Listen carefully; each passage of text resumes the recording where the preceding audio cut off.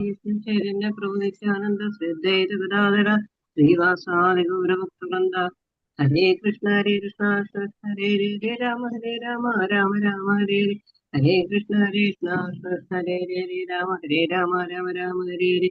ഹരേ കൃഷ്ണ കൃഷ്ണ ഹരേ ഹരേ രാമ രാമ ഹരേ ഹരേ.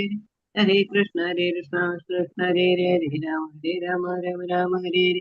ഹരേ കൃഷ്ണ കൃഷ്ണ കൃഷ്ണ ഹരേ ഹരേ രാമ രാമ ഹരേ ഹരേ. ഹരേ കൃഷ്ണ കൃഷ്ണ കൃഷ്ണ ഹരേ രാമ രാമ ഹരേ ഹരേ. ഹരേ കൃഷ്ണ കൃഷ്ണ കൃഷ്ണ ഹരേ രാമ രാമ ഹരേ ഹരേ. ഹരേ കൃഷ്ണ കൃഷ്ണ കൃഷ്ണ ഹരേ രാമ രാമ ഹരേ ഹരേ. ഹരേ കൃഷ്ണ കൃഷ്ണ കൃഷ്ണ ഹരേ രാമ രാമ ഹരേ ഹരേ. ഹരേ കൃഷ്ണ കൃഷ്ണ കൃഷ്ണ ഹരേ രാമ രാമ ഹരേ ഹരേ. ഹരേ കൃഷ്ണ കൃഷ്ണ കൃഷ്ണ ഹരേ രാമ രാമ ഹരേ ഹരേ. ഹരേ കൃഷ്ണ മാതാജി പ്രണാമം. ഹരേ കൃഷ്ണ. ഓം നമോ ഭഗവതേ വാസുദേവായ. ഓം നമോ ഭഗവതേ വാസുദേവായ. ഓം നമോ ഭഗവതേ വാസുദേവായ. ഓം അജ്ഞാനതിമിരാന്ധസ്യ ജ്ഞാനാഞ്ജനാശലാകയാ ചക്ഷുരുന്മീലിതം യേന തസ്മൈ ശ്രീ ഗുരവേ നമഃ. വിഷ്ണുപാദായ കൃഷ്ണപ്രേഷ്ഠായ ഭൂതലേ ശ്രീമതേ ഭക്തിവേദാന്ത സ്വാമിനിധി നാമിനേ. നമസ്തേ സാരസ്വതേ ദേവേ ഗൗരവാണി പ്രചാരിണേ നിർവിശേഷം പാശ്ചാത്യദേശകാരിണേ. ശ്രീ കൃഷ്ണ ചൈതന്യ ശ്രീവാസാദി ഭക്തവൃന്ദ. ഹരേ കൃഷ്ണ കൃഷ്ണ ഹരേ ഹരേ. ഹരേ രാമ രാമ രാമ ഹരേ ഹരേ. ഹരേ കൃഷ്ണ. ശ്രീ രാധാ ഗോവിന്ദ ടെമ്പിൾ ഇസ്കോൺ മാംഗ്ലൂരിന്റെ ഭക്തിരസാമൃത സിന്ധു ക്ലാസ്സിലേക്ക് എല്ലാവർക്കും സ്വാഗതം. ഹരേ കൃഷ്ണ. എല്ലാവർക്കും പ്രണാമം. ഹരേ കൃഷ്ണ മാതാജി പ്രണാമം. ഹരേ ഹരേ കൃഷ്ണ. എല്ലാവർക്കും പ്രണാമം. അപ്പൊ നമ്മൾ ഇന്ന് അധ്യായം 1 കടക്കാണ്. അധ്യായം 1 പരിശുദ്ധ ഭക്തി സേവനത്തിന്റെ സവിശേഷ ലക്ഷണങ്ങൾ. അപ്പൊ ഭക്തിയുടെ സേവനം ചെയ്യുന്നതിന്റെ ഗുണങ്ങൾ, ലക്ഷണങ്ങൾ എന്തൊക്കെയാണ്, സവിശേഷ ലക്ഷണങ്ങൾ എന്തൊക്കെയാണെന്നാണ് പറയുന്നത്. അപ്പൊ നമ്മൾ ഇന്നലെ ഭക്തിയുടെ സേവനത്തിന്റെ നിർവചനം നമ്മൾ കണ്ടിരുന്നു അല്ലെ? എന്താണ് കണ്ടത് നമ്മൾ ഇന്നലെ? അന്യാഭിലാഷിതാശൂന്യം ജ്ഞാനകർമാതിനാവൃതം അനുകൂലേന കൃഷ്ണാനോ ശീലനം ഭക്തിരുത്തമ അല്ലെ? ഭഗവാനെ സേവിച്ചുകൊണ്ട് യാതൊരു പ്രതീക്ഷയില്ലാതെ പൂർണ്ണമായി ഭഗവാനിൽ അർപ്പിച്ചുകൊണ്ട് ഭഗവാനെ സേവനം ചെയ്യാം. അതാണ് എന്ത് പറഞ്ഞത്? ഭക്തിയുടെ സേവനം എന്ന് പറയുന്നത്. പിന്നെ ഒന്നാമത്തെ അധ്യായം നമ്മൾ ഭക്തി തന്നെ നമ്മൾ പഠിക്കുന്നത് ശുദ്ധ ഭക്തിയുടെ സേവനത്തിന്റെ, പരിശുദ്ധമായ ഭക്തി സേവനത്തിന്റെ സവിശേഷ ലക്ഷണങ്ങൾ എന്തൊക്കെയാണെന്നാണ് നമ്മൾ ഇതിൽ ആദ്യം പഠിക്കുന്നത്. ഹരേ കൃഷ്ണ. ഒന്നാമത്തെ അധ്യായം ഭക്തിയുടെ സേവനത്തിന്റെ സവിശേഷ ലക്ഷണങ്ങൾ.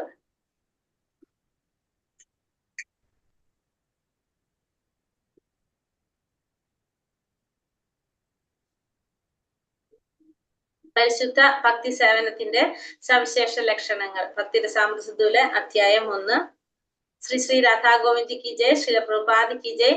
അപ്പൊ അതില് സവിശേഷ ലക്ഷണങ്ങൾ എന്ന് പറയുന്നതില് ആദ്യം പറയുന്നത് ഇവിടെ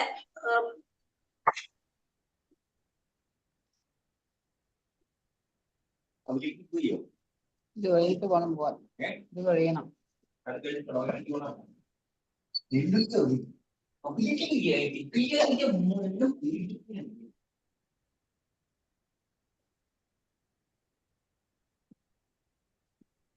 അപ്പൊ ഇതിൽ ആദ്യം തന്നെ നമ്മൾ അധ്യായം തുടങ്ങുന്നത് ഭക്തിയുടെ സേവനത്തിന്റെ, ഭക്തി സേവനത്തെ കുറിച്ച് കപിലദേവൻ അമ്മയ്ക്ക് നൽകുന്ന ഉപദേശത്തിലാണ്. ഫസ്റ്റ് തന്നെ കപിലദേവൻ അമ്മയ്ക്ക് ശ്രീമദ് ഭാഗവതം 3ാം സ്കന്ധം 3ാം സ്കന്ധത്തില് 29ാം അധ്യായത്തില് 12-13 ശ്ലോകങ്ങളില് കപില മഹർഷി അമ്മയ്ക്ക് നൽകുന്ന ഉപദേശത്തില് പറയുന്നത് ഭക്തിയുടെ സേവനത്തിന്റെ സവിശേഷ ലക്ഷണങ്ങളെ കുറിച്ച് പറയുന്നുണ്ട്. അവിടെ പറയുന്നത് എന്താണ്? ഭൗതികമായ ലാഭങ്ങൾ കൊണ്ടോ ദാർശനികമായ ഊഹാപോഹങ്ങൾ കൊണ്ടോ താല്പര്യമില്ലാത്ത എന്റെ ശുദ്ധ ഭക്തന്മാർ അവരുടെ മനസ്സ് എന്റെ സേവനത്തിൽ മാത്രം നിരതമായിരിക്കുന്നത് കൊണ്ട് ഈ സേവനത്തിനുള്ള അവസരം ഒഴികെ മറ്റൊന്നും എന്നോട് ആവശ്യപ്പെടുന്നില്ല. അവർക്ക് എന്നോടൊപ്പം ഭഗവാന്റെ ധാമത്തിൽ കഴിയാനുള്ള അനുവാദത്തിന് പോലും അവർ അപേക്ഷിക്കുന്നില്ല. അപ്പൊ അവർക്ക് ഭഗവാന്റെ ധാമത്തിൽ കഴിയാൻ പോലും അവർ ആഗ്രഹിക്കുന്നില്ല. അവർ എന്തുമാത്രമാണ് ആഗ്രഹിക്കുന്നത്? ഭഗവാന്റെ സേവനം ചെയ്യാൻ വേണ്ടി മാത്രമാണ് ആഗ്രഹിക്കുന്നത്. അവർക്ക് സേവനത്തിനൊഴികെ വേറൊന്നും ചെയ്യാൻ അവർക്ക് ആഗ്രഹമില്ല എന്നാണ് ഇതിൽ പറയുന്നത്. ശ്രീമദ് ഭാഗവതം 3-ാമത്തെ സ്കന്ധത്തിൽ പറയുന്നത്. അതായത് കപില മഹർഷി തന്റെ അമ്മയോട് പറയുന്ന ഉപദേശത്തിലാണ്, ശുദ്ധ ഭക്തന്മാർ എപ്പോഴും എന്തുമാത്രം ആഗ്രഹിക്കുന്നുള്ളൂ? ഭഗവാന്റെ സേവനം മാത്രമേ ആഗ്രഹിക്കുന്നുള്ളൂ. അവർക്ക് അതിനപ്പുറം വേറെ ഒന്നിനോടും അവർക്ക് എന്തില്ല, യാതൊരു വിധത്തിലുള്ള ആഗ്രഹങ്ങളും ഇല്ല.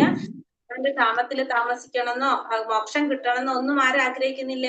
ശുദ്ധ ഭക്തന്മാർ ആഗ്രഹിക്കുന്നില്ല. അവർക്ക് എന്തുമാത്രമേ ആഗ്രഹമുള്ളൂ? ഭഗവാന് സേവനം ചെയ്യാം എന്ന് മാത്രമാണ് ശുദ്ധഭക്തന്മാർ എപ്പോഴും ആഗ്രഹിക്കുന്നത്.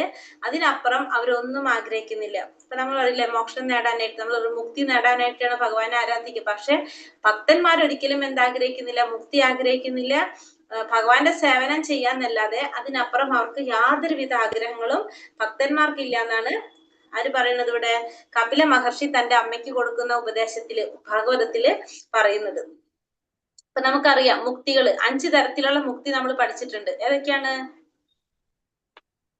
ഓർമ്മയുണ്ടോ? 5 തരത്തില്: സായുജ്യം, സാമീപ്യം, സാലോക്യം, സാമീപ്യം,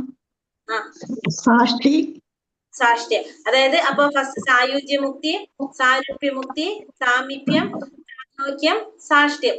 സായുജ്യം എന്ന് പറഞ്ഞ എന്താണ്? ഭഗവാനിൽ ലയിക്കുന്നതിനാണ് നമ്മൾ എന്ത് പറയണത്? സായുജ്യം എന്ന് പറയുന്നത്. ഭഗവാനിൽ ലയിക്കുന്നത് സായുജ്യമുക്തി. അടുത്തത് സാരൂപ്യം, ഭഗവാന്റെ രൂപം കിട്ടുന്നത്, രൂപത്തിലാകുന്നത് സാരൂപ്യം. ഭഗവാന്റെ സമീപത്ത് ധാമത്തിൽ വസിക്കുന്നത് സാമീപ്യം. ഭഗവാന്റെ സമീപത്ത് അതായത് ധാമത്തിൽ വസിക്കുന്നത് സാമീപ്യം. ഭഗവാന്റെ സന്തത സഹചാരിയായിട്ടിരിക്കുന്നത് സാലോക്യം. സന്തത സഹചാരിയായിട്ടിരിക്കുന്നത് സാലോക്യം. പിന്നെ ഭഗവാന്റെയോടൊപ്പം സർവ്വസമൃദ്ധികളും അനുഭവിച്ചു കഴിയുന്നത് സാഷ്ട്യം. അതാണ് സാഷ്ട്യം. അങ്ങനെ 5 തരം മുക്തികളാണ് ഉള്ളത്. പക്ഷെ പരിശുദ്ധ ഭക്തന്മാർ എന്തും ആഗ്രഹിക്കുന്നില്ല. ഈ മുക്തികളൊന്നും തന്നെ ആരാഗ്രഹിക്കുന്നില്ല? പരിശുദ്ധ ഭക്തന്മാരെ ആഗ്രഹിക്കുന്നില്ല. അവരെന്തു മാത്രമേ ആഗ്രഹിക്കുന്നുള്ളൂ?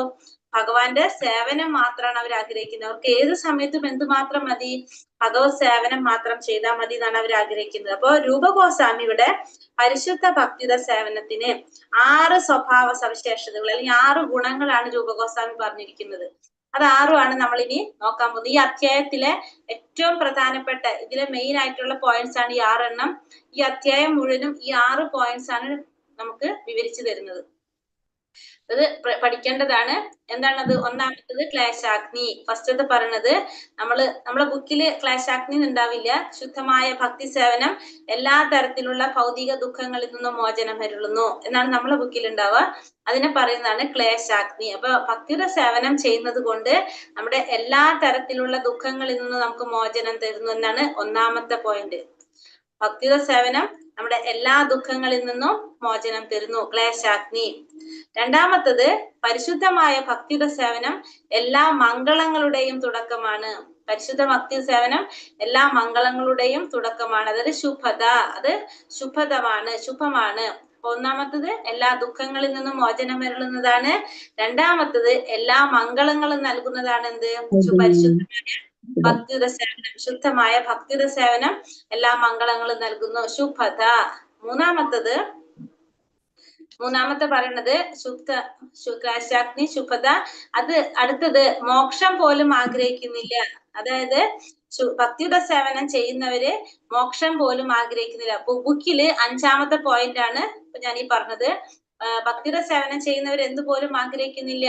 മോക്ഷം പോലും അവർ ആഗ്രഹിക്കുന്നില്ല. 4ാമത്തത് സുദുർലഭ, വളരെ വിരളമായിട്ട് മാത്രമാണ് എന്ത് സാധിക്കുന്നത്? ഭക്തിയുടെ സേവനം ചെയ്യാൻ അവസരം ലഭിക്കുന്നത്. ഭക്തിയുടെ സേവനം ചെയ്യാൻ എല്ലാവർക്കും അവസരം കിട്ടില്ല. വളരെ വിരളമായിട്ടാണ് എന്ത് സാധിക്കുന്നത്? ഭക്തിയുടെ സേവനം ചെയ്യാനായിട്ട് സാധിക്കുന്നത്. 4 പോയിന്റ്.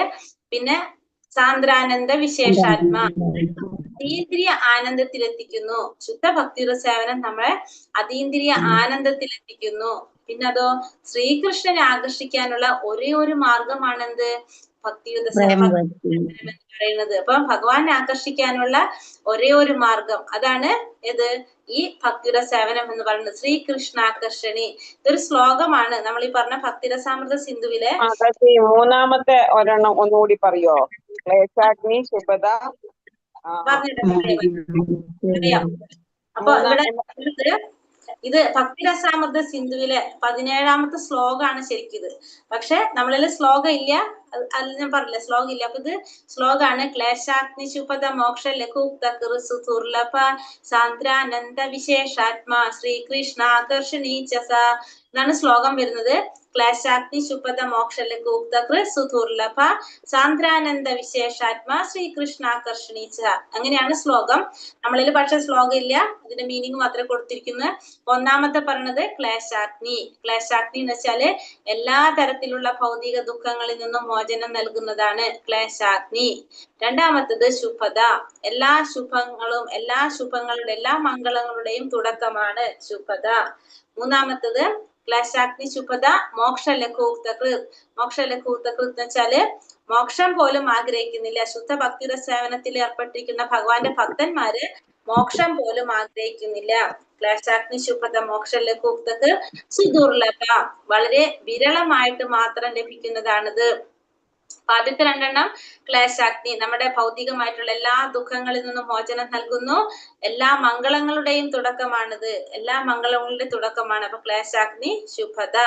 പിന്നത്തത് മോക്ഷ ലഘുക്തകൃത്, മോക്ഷം പോലും ആഗ്രഹിക്കുന്നില്ല. ഭക്തിയുടെ സേവനം ചെയ്തുകൊണ്ടിരിക്കുന്നവര് എന്താണ് മോക്ഷം പോലും ആഗ്രഹിക്കുന്നില്ല. ഭഗവാനില് മോക്ഷം എല്ലാവരും ആഗ്രഹിക്കുന്നത് ഭഗവാന് സേവനം ചെയ്യാൻ മാത്രമാണ് അവർ ആഗ്രഹിക്കുന്നത്. പിന്നത് സുദുർലഭ, വളരെ വിരളമായിട്ട് മാത്രം ലഭിക്കുന്നതാണ്. പരിശുദ്ധ ഭക്തിയുടെ സേവനം ചെയ്യാനായിട്ട് എല്ലാവർക്കും അവസരം കിട്ടില്ല. വളരെ വിരളമായിട്ടാണ് സാധിക്കുന്നത്, ഇത് ചെയ്യാനായിട്ട് സാധിക്കുന്നത്. പിന്നെ സാന്ദ്രാനന്ദ വിശേഷാത്മാ, നമുക്ക് ഇതുകൊണ്ട് എന്ത് അനുഭവിക്കാൻ സാധിക്കും? പരമാനന്ദം അനുഭവിക്കാനായിട്ട് സാധിക്കും. അതീന്ദ്രിയമായ ആനന്ദത്തിൽ നമുക്ക് എത്താനായിട്ട് സാധിക്കും. ശ്രീകൃഷ്ണ ആകർഷണി, ശ്രീകൃഷ്ണനെ ആകർഷിക്കാനുള്ള ഒരേ ഒരു മാർഗം എന്ത് മാത്രമാണ്? ഭക്തിയുടെ സേവനം മാത്രമാണ്. ഭക്തിയുടെ സേവനം മാത്രമാണ് ഭഗവാനെ ആകർഷിക്കുന്നത്. അപ്പൊ ക്ലേശാഗ്നി ശുഭത മോക്ഷ ലഘൂക്തകൃത് സുദുർലഭ സാന്ദ്രാനന്ദ വിശേഷാത്മാ ശ്രീകൃഷ്ണാകർഷണീ ച സ. അതായത് ഭക്തിരസാമൃത സിന്ധുവിലെ ഒരു ശ്ലോകം കൃഷ്ണനെ ആകർഷിക്കുന്നത്. അതായത് 17ാമത്തെ ശ്ലോകമാണിത്. അതാണ് പറയുന്നത് ഭക്തിയുടെ സേവനത്തിന്റെ സവിശേഷ ലക്ഷണങ്ങൾ രൂപഗോസ്വാമി പറഞ്ഞിരിക്കുന്നത്. ക്ലേശാഗ്നി ശുഭത മോക്ഷ ലഘൂക്തകൃത് സുദുർലഭ സാന്ദ്രാനന്ദ വിശേഷാത്മാ ശ്രീകൃഷ്ണാകർഷണി ചസ എന്ന് പറഞ്ഞിട്ടാണ് ശ്ലോകം വരുന്നത്. ക്ലേശാഗ്നി ശുഭത മോക്ഷ ലഘൂക്തകൃത് സുദുർലഭ സാന്ദ്രാനന്ദ വിശേഷാത്മാ ശ്രീകൃഷ്ണ ആകർഷണി. ഇതാണ് ഈ 6 പോയിന്റ്. ഇത് മെയിൻ ആയിട്ടുള്ള പോയിന്റ് ആണ്. ഇതില് ഈ അധ്യായം മുഴുവനും ഇതിനെ കുറിച്ചാണ് പറയുന്നത്. ഓരോരോ പോയിന്റുകളെ നമുക്ക് എക്സ്പ്ലെയിൻ ചെയ്ത് പോകുന്നതാണ് ഈ അധ്യായം മുഴുവനും. ഏറ്റവും വലിയൊരു അധ്യായമാണിത്. അതില് ഫസ്റ്റത്തെ അപ്പൊ ഭക്തിയുടെ സേവനം ചെയ്യുന്നതുകൊണ്ടുള്ള ഗുണങ്ങൾ എന്തൊക്കെയാണ്? ഒന്ന്, നമ്മുടെ ക്ലേശങ്ങളെല്ലാം ഇല്ലാതാകും. ഭൗതികമായ ക്ലേശങ്ങളെല്ലാം ഇല്ലാതാകുന്നു. ശുഭത, എല്ലാ മംഗളങ്ങളുടെയും തുടക്കമാണത്. പിന്നെ മോക്ഷ ലഘൂക്തകൃത്, മോക്ഷം പോലും ആഗ്രഹിക്കുന്നില്ല, വളരെ വിരളമായിട്ട് കിട്ടുന്നതാണ്. സുദുർലഭ സാന്ദ്രാനന്ദ വിശേഷാത്മാ, അതീന്ദ്രിയമായ ആനന്ദത്തിൽ എത്തിക്കുന്നതാണത്. ഭഗവാനെ ആകർഷിക്കാനുള്ള ഒരേ ഒരു മാർഗം എന്താണത്?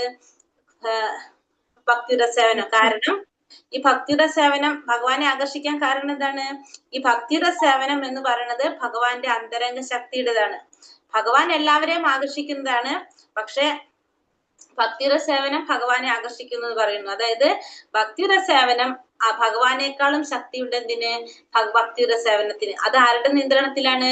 അന്തരംഗ ശക്തിയായിട്ടുള്ള രാധാറാണിയുടെ നിയന്ത്രണത്തിലാണ് എന്ത്? ഭക്തിയുടെ സേവനം. നമ്മൾ പറഞ്ഞില്ലേ, ഹരേ കൃഷ്ണ മഹാമന്ത്രം ജപിക്കുമ്പോൾ നമ്മൾ പ്രാർത്ഥിക്കുന്ന എന്താണ്? ഭഗവാന്റെ അന്തരംഗ ശക്തിയായിട്ടുള്ള രാധാറാണിയോട് പ്രാർത്ഥിക്കാണ് ഭഗവാന് സേവനം ചെയ്യാനുള്ള ഒരു അവസരം കിട്ടാനായിട്ട്. അപ്പൊ ഭക്തിയുടെ സേവനം എന്ന് പറയുന്നത് രാധാറാണിയുടെ നിയന്ത്രണത്തിലാണ്. അതുകൊണ്ട് അതെന്താണ്? ഭഗവാനെ പോലും ആകർഷിക്കുന്നതാണത്.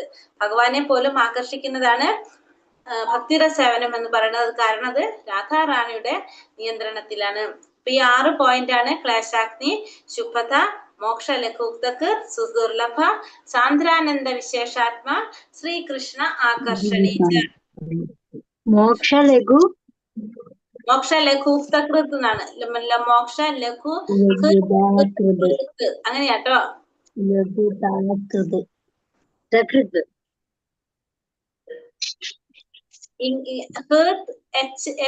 എച്ച് ഉണ്ട് അവിടെ ശരിക്കും. മോക്ഷ ലഘു ഹ് ത് അങ്ങനെ എഴുതേണ്ടത്. എച്ച് ചാമൂളില് ചന്ദ്രകല ഹ് ത് കൃത് അങ്ങനെയാട്ടോ. അവിടെ ചെറുതെറ്റുണ്ട്. ലഘു ഹ് ത് എച്ച് പിന്നെ ടി എച്ച്.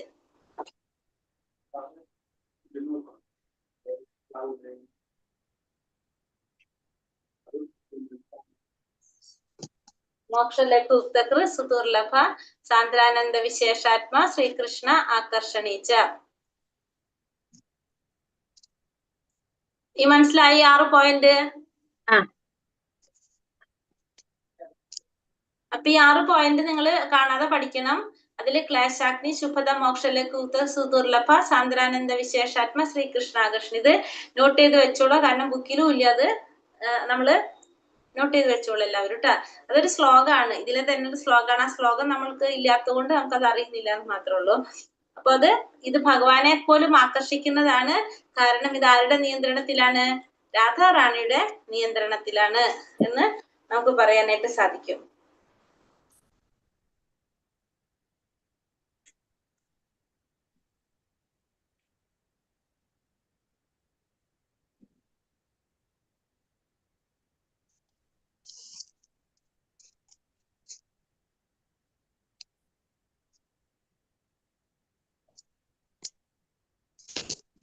ഹരേ കൃഷ്ണ. അപ്പൊ ഇത് മനസ്സിലായല്ലോ അല്ലേ? ഇത് ഞാൻ അടുത്തേക്ക് പോകാം. ഇനി ഓരോ പോയിന്റുകള് നമ്മൾ എടുത്തു പറയാണ്. ക്ലേശാഗ്നി, ആദ്യത്തെ പോയിന്റ് ക്ലേശാഗ്നി. ഇപ്പൊ നമ്മള് ഈ 1ാമത്തെ അധ്യായത്തില് ഇപ്പൊ ഒരു പേജിൽ നമ്മൾ 3 കാര്യങ്ങൾ ഇപ്പൊ പഠിച്ചത്. ഒന്ന് നമ്മൾ പറഞ്ഞത് ആരാണ്? കപില മഹർഷി അമ്മയ്ക്ക് കൊടുക്കുന്ന ഉപദേശത്തിൽ പറഞ്ഞു അല്ലെ, ഭക്തന്മാരെന്ത് ആഗ്രഹിക്കുന്നില്ല? മുക്തി പോലും ആഗ്രഹിക്കുന്നില്ല. അവരെന്ത് മാത്രമേ ചിന്തിക്കുന്നുള്ളൂ? ഭഗവാന് സേവനം ചെയ്യാനുള്ള അവസരം അല്ലാതെ അവർക്ക് വേറെ ഒന്നും ആഗ്രഹിക്കുന്നില്ല എന്ന് പറഞ്ഞു. 5 തരം മുക്തിയെ കുറിച്ച് പറഞ്ഞു. സായുജ്യം, സാമീപ്യം, സാലോക്യം, സാരൂപ്യം, സാഷ്ട്യം. അതിനുശേഷം ഭക്തിയുടെ സേവനത്തിന്റെ 6 സവിശേഷ ഗുണങ്ങൾ പറഞ്ഞു. അതില് 1ാമത്തത് ഇനി എക്സ്പ്ലെയിൻ ചെയ്യാണ്. 1ാമത്തെ ക്ലേശാഗ്നി. ക്ലേശാഗ്നി എന്ന് വെച്ചാല് ഭൗതികമായിട്ടുള്ള ശുദ്ധ ഭക്തിയുടെ സേവനം എല്ലാ തരത്തിലുള്ള ഭൗതിക ദുഃഖങ്ങളിൽ നിന്നും മോചനം നൽകുന്നത്. എല്ലാ തരത്തിലുള്ള ദുഃഖങ്ങളിൽ നിന്നും മോചനം നൽകുന്നു ക്ലേശാഗ്നി. 1ാമത്തെ പോയിന്റ് പറയാണ് ഇവിടെ. എല്ലാ ധർമ്മങ്ങളും ഉപേക്ഷിച്ച് തന്നെ ശരണം പ്രാപിക്കാൻ ഭഗവാൻ ഭഗവത്ഗീതയിൽ പറയുന്നു. അങ്ങനെ ശരണം പ്രാപിക്കുന്നവരെ സർവ്വ പാപങ്ങളിൽ നിന്നും മോചിപ്പിക്കുമെന്നും ഭഗവാൻ പറയുന്നു. നമുക്കറിയാം, സർവധർമാൻ പരിത്യജ്യ മാമേകം ശരണം വ്രജ ഭഗവാൻ പറഞ്ഞിരിക്കുന്നത്. അപ്പൊ അങ്ങനെ ചെയ്യുന്നവരെ ഭഗവാൻ എന്ത് ചെയ്യും? എല്ലാ തരത്തിലുള്ള പാപങ്ങളിൽ നിന്നും മോചിപ്പിക്കുമെന്നും ഭഗവാൻ പറഞ്ഞിട്ടുണ്ട് ഭഗവത്ഗീതയില്. അപ്പോൾ ചെയ്യുന്ന പാപങ്ങളും മുൻജന്മങ്ങളിൽ ചെയ്ത പാപങ്ങളും ദുഃഖത്തിന് കാരണമായി തീരുന്നു. പൊതുവെ പറഞ്ഞാൽ അജ്ഞതയാണ് പാപകർമ്മങ്ങൾക്ക് കാരണം. പക്ഷെ അജ്ഞത കുറ്റവിമോചനത്തിന് കാരണമായി അംഗീകരിക്കപ്പെടുന്നില്ല. പാപകർമ്മങ്ങളുടെ ഫലം അനുഭവിച്ചു തന്നെ തീരണം. എന്താ പറയണത്? നമ്മള് പാപങ്ങൾ ചെയ്ത് നമുക്ക് എന്തുകൊണ്ടാണ് നമുക്ക് ക്ലേശങ്ങൾ ഉണ്ടാകാൻ കാരണം എന്താണ്? ദുഃഖത്തിന് കാരണം എന്താണ്? നമ്മുടെ അജ്ഞത. നമ്മുടെ ദുഃഖത്തിന് കാരണമാകുന്നത് അജ്ഞതയാണ്. നമ്മുടെ ദുഃഖത്തിന് കാരണം. അപ്പൊ അജ്ഞത കൊണ്ടാണ് നമ്മൾ എന്ത് ചെയ്യുന്നത്? പാപകർമ്മങ്ങൾ ചെയ്യാനായിട്ട് പ്രേരിപ്പിക്കുന്നത്. പക്ഷെ അജ്ഞത എന്ന് പറയുന്നത് കുറ്റം ചെയ്തതിന് ശിക്ഷ അനുഭവിക്കാതിരിക്കാൻ ഒരു കാരണമായിട്ട് അംഗീകരിക്കാൻ സാധിക്കില്ല. കാരണം ആ അജ്ഞതയുടെ കർമ്മം, നമ്മൾ ചെയ്ത കർമ്മത്തിന്റെ ഫലം നമ്മൾ അനുഭവിച്ചു തന്നെ തീരണം. അജ്ഞത കാരണം കൊണ്ടാണ് നമ്മൾ കുറ്റം ചെയ്തത് എന്ന് പറഞ്ഞു കഴിഞ്ഞാൽ ആ കുറ്റം ഇല്ലാതാകുന്നില്ല. ആ കുറ്റത്തിന്റെ ഫലം നമ്മൾ അനുഭവിക്കണം. പക്ഷെ നമ്മളെ കുറ്റത്തിന് കാരണം എന്താണ്? അജ്ഞതയാണ്. അപ്പൊ നമ്മൾ തെറ്റ് ചെയ്യുന്നതിന്റെ കാരണം എന്തുകൊണ്ടാണ്? അജ്ഞത കൊണ്ടാണ് നമ്മൾ തെറ്റ് ചെയ്യുന്നത്. അപ്പൊ 2 തരത്തിലുള്ള പാപകർമ്മങ്ങൾ നമുക്ക് പറയാം. ഒന്ന് പാകമായതും നമ്മൾ പറഞ്ഞു അജ്ഞത കാരണം കൊണ്ട് നമ്മൾ എന്ത് ചെയ്യും? കുറ്റം ചെയ്യുമ്പോ നമ്മൾ എന്ത് വേണ്ടി വരും? നമുക്ക് അതിന്റെ ഫലം നമ്മൾ അനുഭവിക്കേണ്ടതായിട്ട് വരികയും ചെയ്യും. അപ്പൊ അതിന്റെ കാരണം അജ്ഞതയാണ് നമ്മൾ എന്ത് ചെയ്യുന്നത്? നമ്മളെ കൊണ്ട് ഈ തെറ്റ് ചെയ്യിക്കുന്നത്. അപ്പൊ ക്ലേശങ്ങള് ഉണ്ടാകുന്നു. അതിന് കാരണം അവിദ്യ, അജ്ഞതയാണെന്ന് പറഞ്ഞു. അപ്പൊ നമ്മള് അജ്ഞത കാരണം നമ്മൾ എന്താണ്? നമുക്ക് ഭൗതികമായിട്ടുള്ള ആഗ്രഹങ്ങൾ ഉണ്ടാകും. അപ്പൊ ഭൗതികമായിട്ടുള്ള ആഗ്രഹങ്ങൾ ഉണ്ടാകുമ്പോൾ നമ്മൾ എന്ത് ചെയ്യും? ആഗ്രഹങ്ങൾ നിറവേറ്റാൻ വേണ്ടിയിട്ട് പാപം ചെയ്യും. പാപം ചെയ്യുമ്പോൾ നമുക്ക് എന്ത് സംഭവിക്കും? ക്ലേശങ്ങൾ ഉണ്ടാകും. ഒന്ന്, നമുക്ക് അവിദ്യ കാരണം, അജ്ഞത കാരണം നമുക്ക് എന്തുണ്ടാവും? ഭൗതികമായിട്ടുള്ള ആഗ്രഹങ്ങൾ ഉണ്ടാകും. ആഗ്രഹങ്ങൾ ഉണ്ടാകുമ്പോ നമ്മൾ എന്ത് ചെയ്യും? ആഗ്രഹങ്ങൾ നിറവേറ്റാൻ വേണ്ടി നമ്മൾ പാപങ്ങൾ ചെയ്യും. പാപങ്ങൾ ചെയ്യുമ്പോൾ നമുക്ക് എന്ത് സംഭവിക്കും? ക്ലേശങ്ങൾ ഉണ്ടാകും. ഇപ്പൊ 2 തരത്തിലുള്ള പാപകർമ്മങ്ങളാണ്. 2 തരത്തിലൊന്ന് പാകമാവാത്തതും 2 പാകമായതും. 2 തരത്തിലുള്ള പാപകർമ്മം ഒന്ന് പാകമായത്, രണ്ടാമത്തത് പാകമാകാത്തത്. പാകമായത് എന്ന് പറഞ്ഞാല് നമ്മള് തെറ്റ് ചെയ്തു, അതിന്റെ ഫലം നമ്മൾ അനുഭവിച്ചു കഴിഞ്ഞു, അല്ലെങ്കിൽ അനുഭവിച്ചു കൊണ്ടിരിക്കുന്നതാണ് എന്ത്, ഫലം കിട്ടിക്കഴിഞ്ഞു നമുക്കത്, അതാണ് പാകമായത്. ഇനി പാകമാവാത്തതുണ്ട്, അതിന്റെ ഫലം നമുക്ക് ഇതുവരെ കിട്ടിയിട്ടില്ല. അതിന് നമുക്ക് വേറൊരു പേര് പറയാം, അപ്രാരാബ്ധം. പ്രാരാബ്ധവും അപ്രാരാബ്ധവും. പ്രാരാബ്ധം എന്ന് വെച്ചാല് ഫലം കിട്ടിക്കഴിഞ്ഞു, നമ്മളത് അനുഭവിച്ചു. അപ്രാരാബ്ധം എന്ന് വെച്ചാൽ എന്താണ്, പാകമായത്, നമുക്ക് ഇതുവരെ ഫലം കിട്ടിയിട്ടില്ല, പക്ഷെ നമുക്ക് എന്തുണ്ട്, അതിന്റെ ഫലം അനുഭവിക്കാനുണ്ട് നമ്മള്. ഇവിടെ അജ്ഞത കാരണം കൊണ്ട് നമ്മൾ എന്ത് സംഭവിക്കുകയാണ്, നമുക്ക് ആഗ്രഹങ്ങൾ ഉണ്ടാകും. ആഗ്രഹങ്ങൾ ഉണ്ടാകുമ്പോൾ നമ്മൾ പാപം ചെയ്യും, പാപങ്ങൾ ചെയ്യുമ്പോൾ നമുക്ക് ക്ലേശങ്ങൾ ഉണ്ടാകും. ക്ലേശത്തിന് കാരണം അജ്ഞത കാരണം കൊണ്ട് നമുക്ക് എന്തുണ്ടാവും, ആഗ്രഹങ്ങൾ ഉണ്ടാകും. ആഗ്രഹങ്ങൾ ഉണ്ടാകുമ്പോൾ നമ്മൾ പാപം ചെയ്യും, നമുക്ക് ക്ലേശങ്ങൾ ഉണ്ടാകും. ഈ പാപത്തിന് രണ്ടു തരം പാപം, ഒന്ന് പ്രാരാബ്ധവും, രണ്ട് അപ്രാരാബ്ധവും, അല്ലെങ്കിൽ പാകമായതും പാകമാകാത്തതും. പ്രാരാബ്ധം എന്ന് വെച്ചാല് പാകമായത്, പ്രാരാബ്ധം എന്ന് വെച്ചാൽ പാകമായത്, അതിന്റെ ഫലം നമ്മൾ അനുഭവിച്ചു കഴിഞ്ഞു. ഇനി അപ്രാരാബ്ധം എന്ന് വെച്ചാല് പാകമാകാത്തത്, അതിന്റെ ഫലം നമുക്ക് ഇതുവരെ കിട്ടിയിട്ടില്ല, നമുക്ക് ഇനി അനുഭവിക്കാനുണ്ട്. നമ്മൾ ചെയ്ത കർമ്മത്തില് ചിലതിന്റെ ഫലം നമ്മൾ അനുഭവിച്ചിട്ടില്ല, അതിങ്ങനെ എന്താണ്, അതവിടെ വിത്തായിട്ട് കിടക്കാണ്, അതിന് മുളച്ച് വരുമ്പോ നമ്മൾ എന്താണ്, അതിന്റെ ഫലം നമ്മൾ അനുഭവിക്കണം. ആ വിത്തിനെയാണ് നമ്മൾ എന്ത് ചെയ്യുന്നത്, ഈ നാമജപത്തിലൂടെ നമ്മൾ എരിച്ചു കളയാനായിട്ട് ശ്രമിക്കുന്നത്. അപ്പൊ നമുക്ക് എന്തുണ്ടാവില്ല, അതിന്റെ ഒന്നുകിൽ അത് എന്താ പറയാ, വിത്ത് ശരിയായ രീതിയിൽ, അല്ലെങ്കിൽ ആ വിത്ത് എന്തെങ്കിലും മുളച്ചില്ല, അല്ലെ മുളച്ച് നന്നായിട്ട് വരില്ല. അപ്പൊ അതെങ്ങനെയാവും, അത് ഇല്ലാതാക്കാനായിട്ട് സാധിക്കും, അതല്ലെങ്കിൽ അത് അതിന്റെ ആക്കം കുറയ്ക്കാനായിട്ട് നമുക്ക് സാധിക്കും.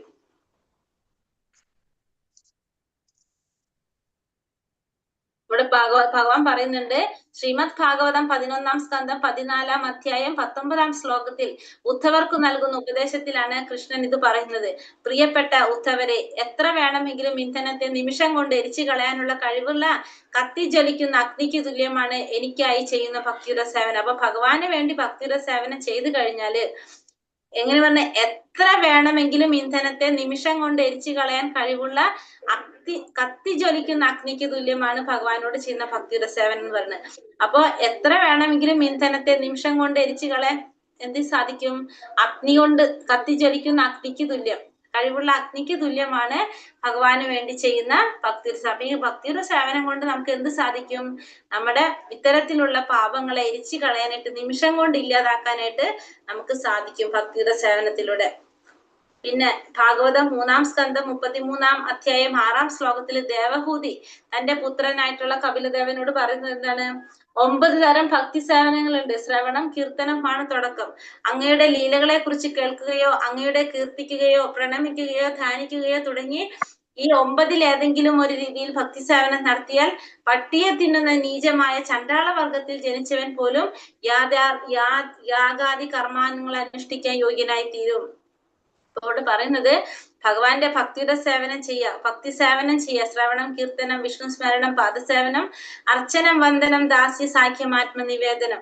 ഈ 9 ഭക്തികളിൽ, നവവിധ ഭക്തിയിൽ ഏതെങ്കിലും ഒരു രീതിയിൽ ഭക്തിയുടെ സേവനം ചെയ്ത് കഴിഞ്ഞിട്ടുണ്ടെങ്കിൽ പട്ടിയെ തിന്നുന്ന നീചനായിട്ടുള്ള ചണ്ടാളന് പോലും എന്ത് സാധിക്കാണ്, യാഗാദി കർമ്മങ്ങൾ അനുഷ്ഠിക്കാനുള്ള യോഗ്യത നേടാനായിട്ട് സാധിക്കും. അപ്പൊ അത്രയും ശ്രേഷ്ഠമായിട്ടുള്ളതാണ് എന്ത്, ഈ ഭക്തിയുടെ സേവനം എന്ന് പറയുന്നത്.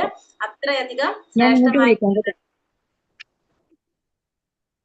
അത്രയും വിശേഷപ്പെട്ടത്, അല്ലെങ്കിൽ പ്രധാനം പെട്ടതാണ് എന്ത്, ഭക്തിയുടെ സേവനം എന്ന് പറയുന്നത്. അപ്പൊ എല്ലാവരെയും, ഏറ്റവും ചണ്ടാളൻ എന്ന് പറഞ്ഞാൽ നമുക്കറിയാം, ചണ്ടാള കുലത്തിൽ ജനിച്ചവനെ പോലും യാഗാദി കർമ്മങ്ങൾ അനുഷ്ഠിക്കാനുള്ള യോഗ്യനാക്കി മാറ്റുന്നതാണ് എന്ത്, ഭക്തിയുടെ സേവനം എന്ന് പറയുന്നത്. അപ്പൊ ഈ ഭക്തിയുടെ സേവനം കൊണ്ട് നമ്മുടെ ഈ പാപങ്ങളെ, നമ്മുടെ കർമ്മങ്ങളെ, ഫലങ്ങളെ എരിച്ചു കളയാനുള്ള ശക്തി അതിനുണ്ട്. കാരണം അത് അഗ്നിക്ക് തുല്യമാണെന്നാണ് പറയുന്നത്. അപ്പൊ നമ്മൾ പറഞ്ഞു 2 തരത്തിലുള്ള കർമ്മം, ഇതിന്റെ ഫലം, ഒന്ന് പാകമായതും ഒന്ന് പാകമാകാത്തതും. പാകമായത് നമ്മൾ അനുഭവിച്ചു കൊണ്ടിരിക്കുകയാണ്, പാകമാകാത്തത് വിത്തായിട്ട് അവിടെ കിടക്കാണ്. ആ വിത്തിനെ നമുക്ക് എന്ത് സാധിക്കും, അപ്പൊ അതിനെ ഇല്ലാതാക്കാനായിട്ട് എന്തുകൊണ്ട് സാധിക്കും, ഈ ഭക്തിയുടെ സേവനം കൊണ്ട് സാധിക്കും. അപ്പൊ ഇവിടെ പാപപൂർണമായിട്ടുള്ള ജീവിത ചക്രത്തെ കുറിച്ച് പറയണം. അപ്പൊ നമ്മൾ പറഞ്ഞു, നമ്മുടെ ഈ ആഗ്രഹങ്ങള്, നമ്മൾ പറഞ്ഞ അജ്ഞതയാണ് നമ്മളെ കൊണ്ട് എന്തുണ്ടാക്കുന്നത്, ഈ പാപപൂർണമായിട്ടുള്ള ആഗ്രഹങ്ങൾ. നമുക്ക് ഈ ആഗ്രഹങ്ങൾക്ക് കാരണം എന്താണ്, അജ്ഞതയാണ് ആഗ്രഹങ്ങൾക്ക് കാരണം. അപ്പൊ അജ്ഞത കൊണ്ട് നമ്മൾ എന്ത് ചെയ്യും? നമുക്ക് ആഗ്രഹങ്ങൾ ഉണ്ടാകും.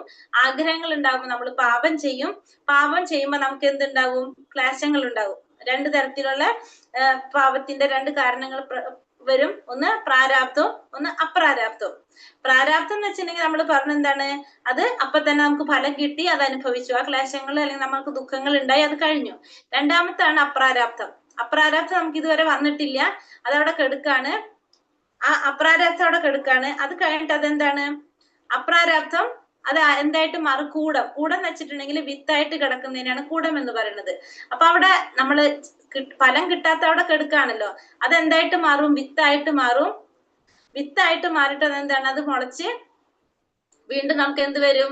ആഗ്രഹങ്ങൾ വരും, വീണ്ടും പാപം ചെയ്യും, അതിങ്ങനെ കറങ്ങിക്കൊണ്ടിരിക്കും. അപ്പൊ പ്രാരാബ്ദം അവിടെ തന്നെ കഴിഞ്ഞുപോയി. പ്രാരാബ്ദം നമ്മളെ എന്താണ്? നമ്മളെ പാകമായതാണ്. അപ്പൊ നമ്മൾ അതിന്റെ കർമ്മത്തിന്റെ ഫലം അനുഭവിച്ച് അതവിടെ തീർന്നു, ക്ലേശങ്ങൾ അനുഭവിച്ച് അവിടെ തീർന്നു.